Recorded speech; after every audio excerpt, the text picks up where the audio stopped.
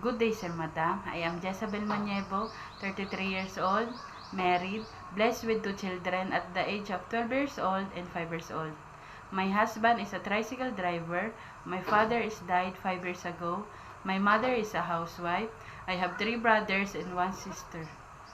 I am from Kanda, Sariaya, Quezon. I am a Roman Catholic. I am a high school graduate. My hobbies are cooking, cleaning, and playing with my children. I work as a domestic helper in Riyadh, Saudi Arabia for 2 years and 2 months.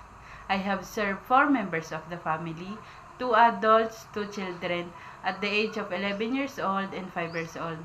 I also work as a domestic helper here in the Philippines for 2 years and 1 month. I have served 4 members of the family, 2 adults and 2 children at the age of 2 years old and 1 years old.